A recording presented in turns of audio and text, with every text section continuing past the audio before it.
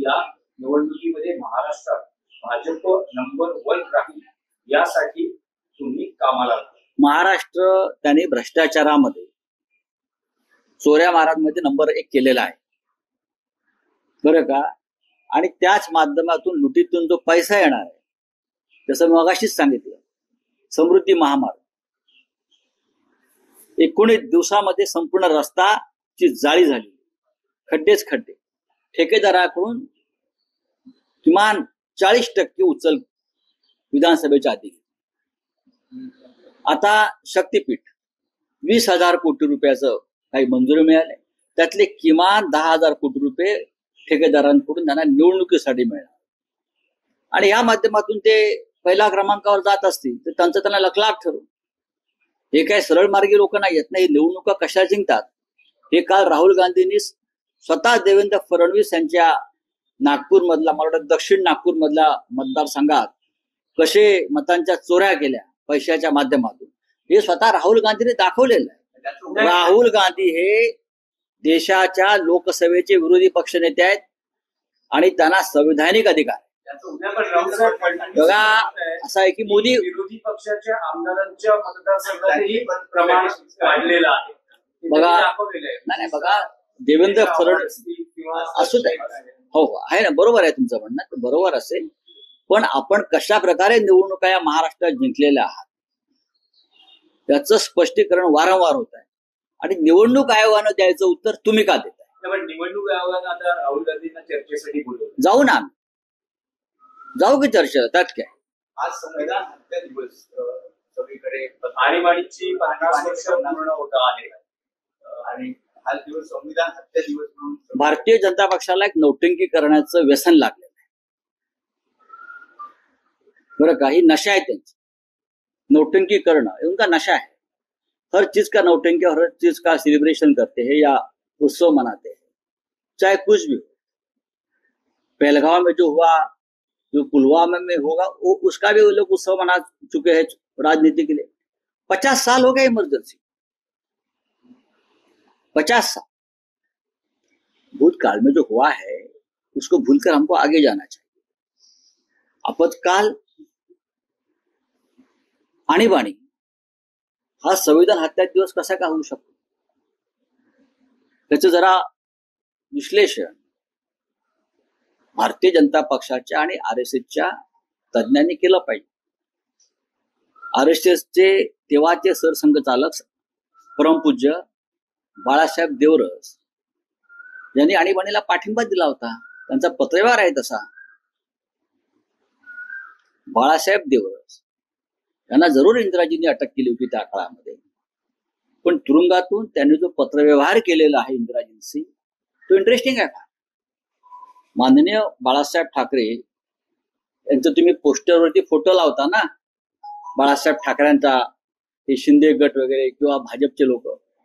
हिंदू हृदय सम्राट बाळासाहेब ठाकरे यांनी आणीबाणीचं समर्थन केलं होतं जाहीरपणे, खुलं समर्थन.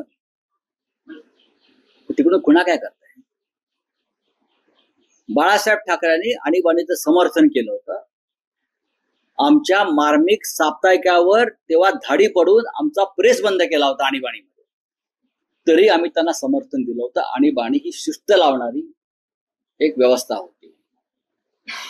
आणि संविधान हत्या म्हणताय ना, भारतीय घटनेमध्ये, भारतीय घटनेतील तरतुदीनुसार जेव्हा देशामध्ये अशांतता, अस्थिरता निर्माण करण्याचा प्रयत्न होतो, अराजकता निर्माण करण्यासाठी काही शक्ती काम करतात, बाहेरच्या आणि आतल्या, तेव्हा अशा प्रकारे आणीबाणी जाहीर करून देशावर नियंत्रण मिळवण्यासाठी आणीबाणी लावण्याचा संविधानिक तरतूद भारतीय संविधानामध्ये डॉक्टर बाबासाहेब आंबेडकर यांच्या नेतृत्वाखाली घटनापीठाने दिलेली आहे. याचा अभ्यास या लोकांनी केला पाहिजे. इंदिरा गांधींनी जी आणीबाणी लावली होती ती आणीबाणी खुलेआम कायदेशीर मार्गाने लावली आणि आणीबाणीचा प्रस्ताव घेऊन त्या संसदेमध्ये गेल्या. त्यांनी विशेष संसदेचं अधिवेशन घेतलं होतं. गेल्या 10 वर्षामध्ये या देशामध्ये अघोषित आणीबाणी, अघोषित प्रचंड भ्रष्टाचार, काळा बाजार, आपापल्या लाडक्या उद्योगपतींवरती सरकारी संपत्ती अशी लुटली जाते आहे. हा, विरोधी पक्षाच्या नेत्यांना बेकायदेशीरपणे तुरुंगात टाकलं जात आहे. त्यांची सुनवाई होत नाही. आजही तिहार आणि उत्तर प्रदेशच्या तुरुंगात असंख्य लोक अडकून आहेत. महाराष्ट्रात अडकून आहेत. कोणालाही तुम्ही देशद्रोही ठरवताय, नक्षलवादी ठरवताय, तुरुंगात टाकताय. इंदिरा गांधीने केलं नव्हतं. इंदिरा गांधींनी एका विशिष्ट कालमर्यादेमध्ये आणीबाणी हटवली आणि देशाला लोकशाही मार्गाने निवडणुका घेण्याचा मार्ग खुला केला. त्या निवडणुकीत त्या स्वतः पराभूत झाल्या, त्यांचा पक्ष पराभूत झाला. तो आज 50 साल पूरे हो गए हैं आपातकाल, तो वहीं पूरे देश भर में बीजेपी अब संविधान हत्या दिवस मना रही है. देखिए, बीजेपी को किसी भी चीज का उत्सव मनाने और राजनीति करने में बहुत मजा आती है. वो किसी भी चीज का उत्सव मनाएंगे. प्रेसिडेंट ट्रंप ने मोदी जी को युद्ध रोकने को कहा, उसका भी उत्सव मनाएंगे. देखो मोदी जी के कितने दोस्त है डोनाल्ड ट्रंप. मोदी जी को फोन करके कहा युद्ध रुको. 50 साल हो गए, ये बात सही है. आपातकाल इंदिरा गांधी ने लगाया था, 50 साल हो गए. और हमारी पार्टी शिवसेना बाला साहब ठाकरे जी ने इमरजेंसी को समर्थन दिया था. ये भी मैं आपको बताना चाहता हूँ. हमारे पार्टी ने इमरजेंसी को समर्थन दिया था. मैं आपको पूछता हूँ, इमरजेंसी संविधान के खिलाफ या संविधान हत्या दिवस आप कैसे मान सकते हो? हमारे संविधान में ये लिखा है और ये व्यवस्था है हमारे संविधान में. जब देश की अंतर्गत सुरक्षा को बाहरी शक्ति से या अंदरी शक्ति से कोई धोखा उत्पन्न होता है, हाँ, कोई अराजकता फैलाना चाहते हैं, तो प्रधानमंत्री राष्ट्रपति की मंजूरी से आपातकाल लगा सकती है. ये संविधान में दिया हुआ अधिकार है किसी भी सरकार को. और इंदिरा गांधी ने संविधान का पूरा सम्मान करते हुए ये उस वक्त आपातकाल लगाया था. ये इंदिरा गांधी थी जिसने लोगों को सामने आकर कहा कि मैं आपातकाल इस कारणों से लगा रही हूं और जब स्थिति सुधर जाएगी तब ये आपातकाल में पीछे ले लूंगी. और इंदिरा गांधी ने आपातकाल पीछे लिया और चुनाव को भी तुरंत, वो 22 महीने के बाद चुनाव को भी सामने इंदिरा गांधी. ये लोकतंत्र है. किसी भी लोकतंत्र में आपातकाल को एक संवैधानिक मान्यता है, तो आप उसे संवैधानिक हत्या दिन या लोकशाही विरोधी दिन नहीं मान सकते. नहीं मान सकते आप. चुनाव इंदिरा गांधी ने हेरा फेरी करके चुनाव जीत सकती थी उस वक्त भी, जो आज हो रहा है. लेकिन आपातकाल के बाद इंदिरा गांधी चुनाव का ऐलान किया. इंदिरा गांधी चुनाव हार गई. खुद इंदिरा गांधी चुनाव हार गई, उनकी पार्टी हार गई. इंदिरा गांधी ने वो स्वीकार कर लिया. आज ऐसा हो रहा है क्या? इंदिरा गांधी उस वक्त भी हेरा फेरी करके, दहशत और भय निर्माण करके, पैसों के बल से चुनाव जीत सकती थी. लेकिन इंदिरा जी ने वो नहीं किया, क्योंकि वो इंदिरा जी लोकतंत्र की रखवालदार थी, चौकीदार थी असली. आज क्या हो रहा है? आज की स्थिति से तुलना करो 2014 के बाद इस देश में 11 साल हो गए. अघोषित आपातकाल है, अघोषित आपातकाल. हाँ, उस वक्त आप बोलते हैं कि तुर्कमान गेट में संजय गांधी ने बुलडोजर चलाया. आज तो हर दिन गरीबों के ऊपर बुलडोजर चलाया जा रहा है. जात और धर्म पूछकर बुलडोजर चलाया जा रहा है. आज उस वक्त अपोजिशन के लोगों को जेल में डाला था, लेकिन पूरी व्यवस्था थी जेल में, पूरी. इंदिरा गांधी खुद फोन करती थी अटल जी को, अडवाणी साहब को, पीलू मोदी को. पूरी व्यवस्था थी. हमारे जैसे लोगों को देश के मुख्यमंत्री, सिटिंग मुख्यमंत्री को जेल में डाला है, तो कोर्ट में बाद में बाइज्जत छोड़ दिया. तो ये आपातकाल नहीं है, ये आपातकाल का बाप है. अभी जो चल रहा है 10 साल में, ये आपातकाल का बाप है, ये इमरजेंसी का बाप है.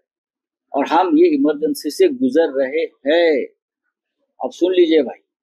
हाँ, जिस इंदिरा गांधी के आपातकाल में सभी भ्रष्टाचारी, कालाबाजारी जेल में थे. करीम लाला, हाजी मस्तान, ये बड़े बड़े जो नाम है अंडरवर्ल्ड के, वरदाराजन और ये भाई वो भाई, सभी जेल में थे। मिसाल है, आज ऐसे सभी लोग भारतीय जनता पार्टी में हैं।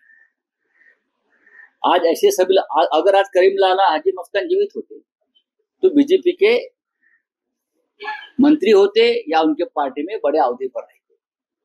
ये फर्क है। आपातकाल इंदिरा गांधी ने संविधान का हथियार जो है उसका इस्तेमाल किया और आपातकाल लगाया, संविधान की दायरे में आपातकाल लगाया है। जो संविधान में हमको अधिकार मिला है किसी भी सरकार को, लेकिन मोदी जी और उनकी सरकार ने अनडिक्लेयर्ड इमरजेंसी में सबको कुचल दिया है। इसलिए मैं कहता हूं 10 साल में जो चल रहा है वो आपातकाल का बाप है। नोटबंदी क्या है, कितने लोग मारे गए, कौन पूछेगा आपको? अब मुझे बताइए। ऐसी बहुत सी बातें हैं मैं बोल सकता हूं, लेकिन ये संविधान हत्या दिवस की जो नौटंकी चल रही है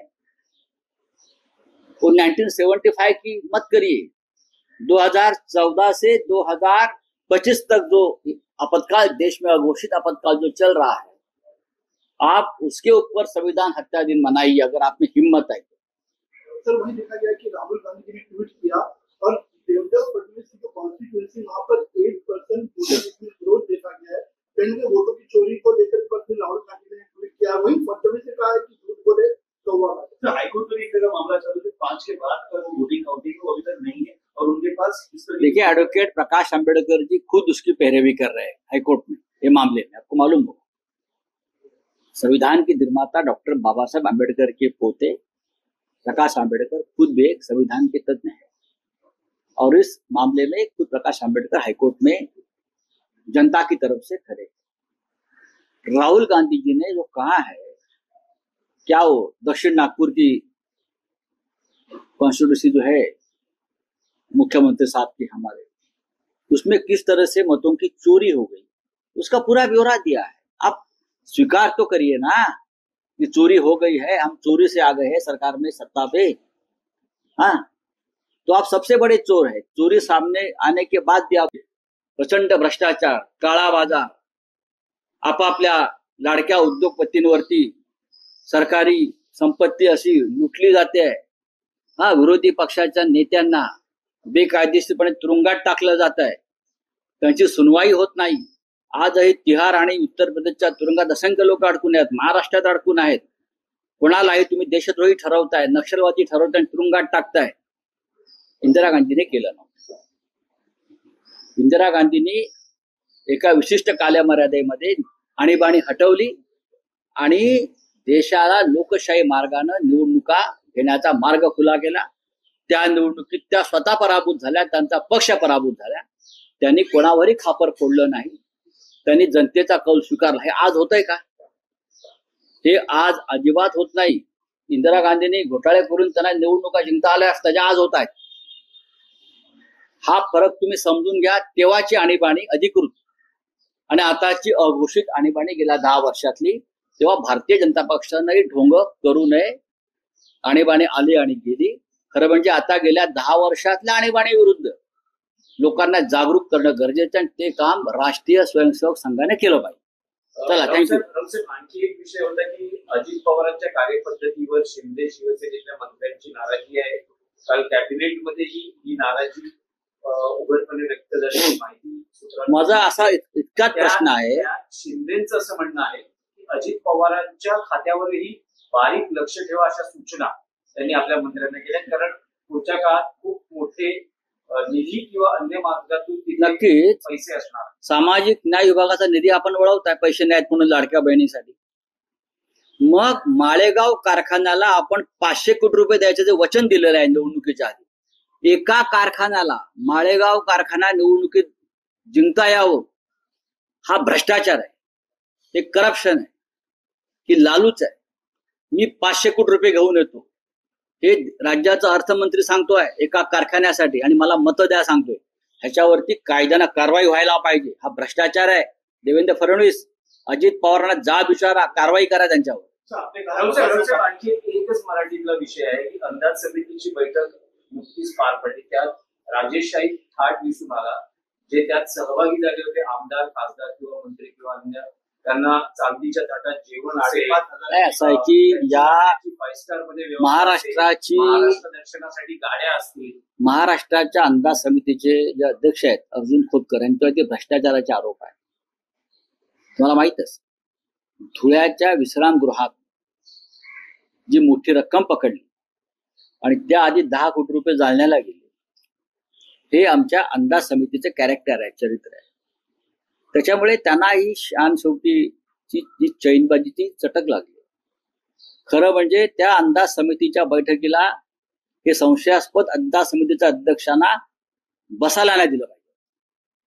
त्यांच्यावर कारवाई सुरू आहे, पण तुम्ही त्यांना त्यांच्या नेतृत्वाखाली सगळ्या सदस्यांना देशभरातून आलेल्या नशीब सोन्याचा चमचा नाही दिला.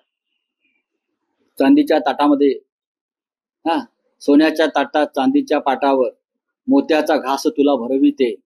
म्हणजे मिस्टर भ्रष्टाचार मुक्त लढ्याचे नेते फडणवीस हे त्या सगळ्या सदस्यांना मोत्याचा घास भरवतात, हे चित्र आम्ही फक्त काल पाहिलं. पण मध्यंतरी तुम्ही फडणवीसांना पत्रही लिहिलं होतं की धुळ्यामध्ये जो प्रकार घडला, जी रक्कम जमा केली गेली कोट्यवधीची, त्यावर कुठलीही कारवाई झाली नाही. काहीच नाही, कारण स्वतः हे राज्यकर्ते हे या लुटीच्या वाटेकरी आहेत, त्याशिवाय हे गप्प बसणार नाहीत. हे लुटीचे वाटेकरी आहेत. आणि असा भ्रष्ट अंदाज समितीचा अध्यक्ष काल ज्या पद्धतीनं देशभरातल्या अंदाज समितीच्या अध्यक्षांच्या कार्यक्रमात मिरवत होता, हा या महाराष्ट्राला कलंक आहे आणि फडणवीस यांच्या कारकिर्दीला कलंक आहे.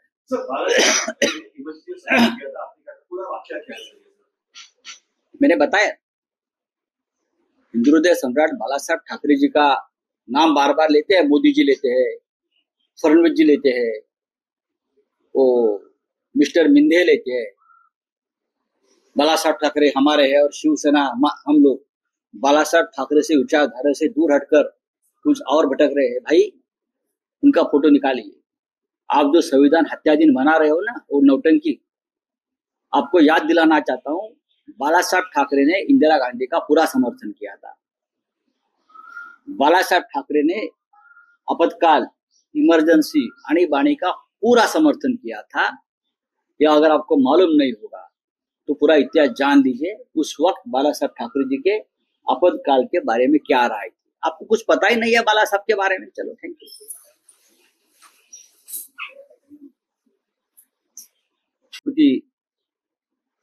कॉन्स्टिट्यूंसी जो है मुख्यमंत्री साहब की हमारे, उसमें किस तरह से मतों की चोरी हो गई, उसका पूरा ब्यौरा दिया है. आप स्वीकार तो करिए ना कि चोरी हो गई है, हम चोरी से आ गए हैं सरकार में, सत्ता पे.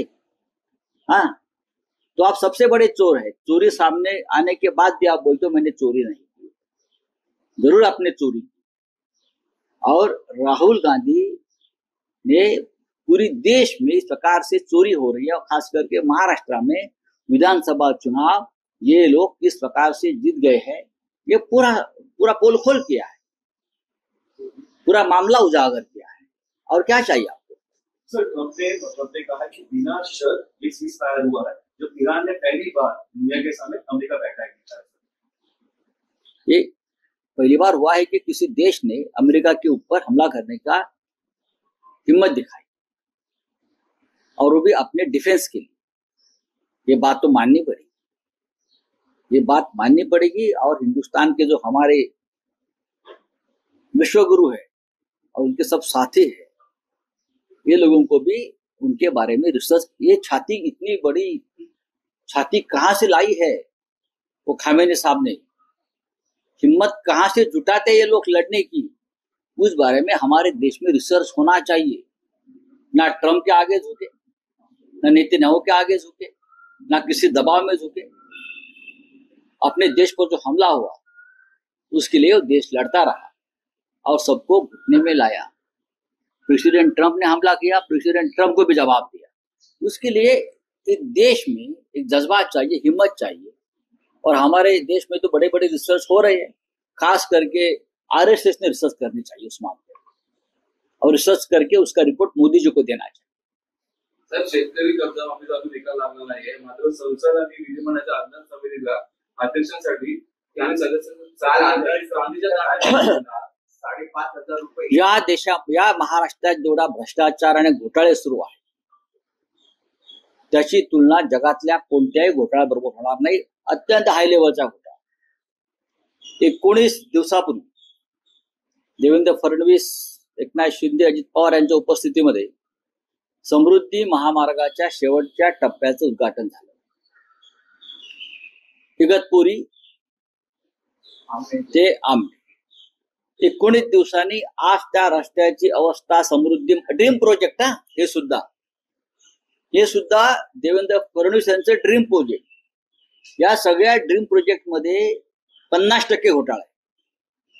या सगळ्या ड्रीम प्रोजेक्टचा पैसा, अर्धा पैसा हा निवडणुकीमध्ये मतं विकत घेण्यासाठी, आमदार खासदार विकत घेण्यासाठी, शिवसेना आणि राष्ट्रवादी काँग्रेसची लोक विकत घेण्यासाठी या सगळ्या ड्रीम प्रोजेक्टचा पैसा बाहेर आला ठेकेदारांकडून आणि खर्च झाला. आज तुम्ही आमने इगतपुरी रस्त्याची अवस्था जाऊन पहा. आता हे लोक शक्तीपीठाच्या मार्गाला लागलेले. काय शक्तीपीठ 20,000 कोटी मंजूर झाले, त्यातले किमान 10,000 कोटी बाहेर येतील. जसे MMRDचे 3,000 कोटी आले आणि हे 10,000 कोटी स्थानिक स्वराज्य मतदारसंघाच्या निवडणुकीत वापरले जातील ठेकेदारांकडून. हे तुम्हाला मी आता सांगतो. हे सगळे जे ड्रीम प्रोजेक्ट चालले आहेत हे ठेकेदारांकडून हजारो कोटी काढण्यासाठी. महाराष्ट्राला किती फायदा आहे त्याचा नाही हा पुढला प्रश्न. सगळ्यात आधी आपले खिसे भरा, आपल्या बॅगा भरा आणि त्या पैशातून महाराष्ट्राच्या राजकारणाला एक जो ब्लॅक मनी आहे त्यातून ही सगळी खरेदी विक्री सुरू करा.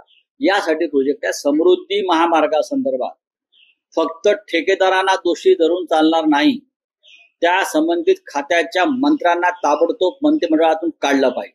शक्तीपीठ महामार्ग तुम्ही म्हणताय, विधानसभा निवडणुकीच्या वेळी तिथे आधी सूचना काढली प्रकल्प होणार नाही असं माहिती सांगितलं. हो, पण आता ठेकेदारांनी त्यांना मोठं पर्सेंटेज कमिशन दाखवलं असेल. ही सगळी कमिशन बाजी. तुमच्या 500 कोटी माळेगाव कारखान्याला देणार आहेत. कुठून आणणार तुम्ही 500 कोटी? कोणाचे घेणार? एका कारखान्याला 500 कोटी रुपये तुम्ही देणार आहात एका कारखान्याला माळेगावच्या. त्यासाठी या राज्याचे डेप्युटी सीएम 20 दिवस गावात बसतात खुर्ची टाकून. काय चाललंय या राज्यात? फार कठीण अवस्था आहे. लूट चालली आहे या महाराष्ट्राची, फक्त लूट. स्थानिक स्वराज्य संस्थांच्या निवडणुकांचे पडघम वाजू लागले आहे. त्या महायुतीच्या समन्वय समितीच्या बैठकाही पार पडत आहे. फडणवीसांनी आपल्या पक्षाच्या आमदारांना आणि पदाधिकाऱ्यांना सूचना केलेली आहे की या निवडणुकीमध्ये महाराष्ट्रात भाजप नंबर 1 राहील यासाठी तुम्ही कामाला लागता. महाराष्ट्र त्यांनी भ्रष्टाचारामध्ये, चोऱ्या मारांमध्ये नंबर 1 केलेला आहे बरं का. आणि त्याच माध्यमातून लुटीत